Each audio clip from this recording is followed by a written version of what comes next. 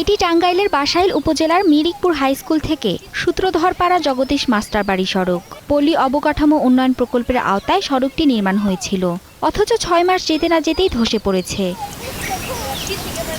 সড়কের বেশিরভাগ অংশই নদীগর্ভে চলে যাওয়ায় বন্ধ হয়ে গেছে যান চলাচল। যোগাযোগে ব্যাঘাত ঘটায় ক্ষুব্ধ এলাকাবাসী। স্থানীয়দের অভিযোগ, মাটি সোল্ডারিংয়ের কথা থাকলেও তা না করেই সম্পূর্ণ বিল তুলে নিয়েছে ঠিকাদারি প্রতিষ্ঠান।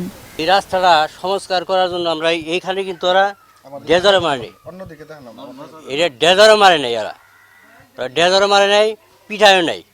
এইভাবে খালি মাটি ফালিয়ে 3 মাস তৈরি করে রাস্তাটা করে থেকেছে কন্ট্রাক্টরি। দুবার মাটি কাটা এই জায়গায় ফালাইছে, এটা হলো মনে করেন এই হলো দুর্নীতি। আমাদের জায়গা অর্ধেক জায়গা মনে করে এরকম করে বেগুদা কাটা এরকম রাস্তা বানাইছে। রাস্তা যাওয়ার নিয়ে আমাকে অসুবিধা হয়ে গেছে। সরকারের কাছে আমরা রাস্তায় ভালো চাই। রাস্তাটা যদি ব্লক দিয়ে করতো তাহলে রাস্তাটা ভাঙতো না, রাস্তা ভেঙে গেছে, আমার কিন্তু চলাচলে খুব অসুবিধা হইতেছে। কাজটি বাস্তবায়ন করে সেন এন্টারপ্রাইজ নামে একটি ঠিকাদারি প্রতিষ্ঠান। ঠিকাদারের দাবি, সঠিক নিয়মে কাজ করেই বিল তোলা হয়েছে।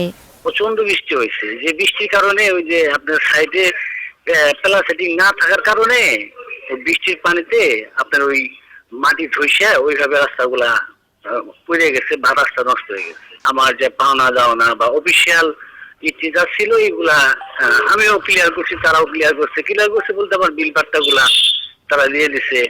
উপজেলা প্রকৌশলী কর্মকর্তা জানান, কয়েকদিনের অতিবৃষ্টিতে ভেঙে গেছে সড়কটি, তবে শিগগিরই সড়কটি মেরামত করে জনসাধারণের চলাচলের উপযোগী করা হবে।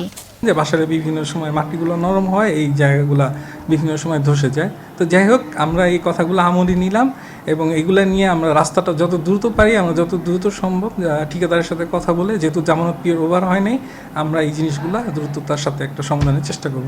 সড়কটির নির্মাণ ব্যয় ছিল ৫৬ লাখ টাকা, যার কাজ শেষ হয় চলতি বছরের ১৯ June. Mithila Anjum, star news.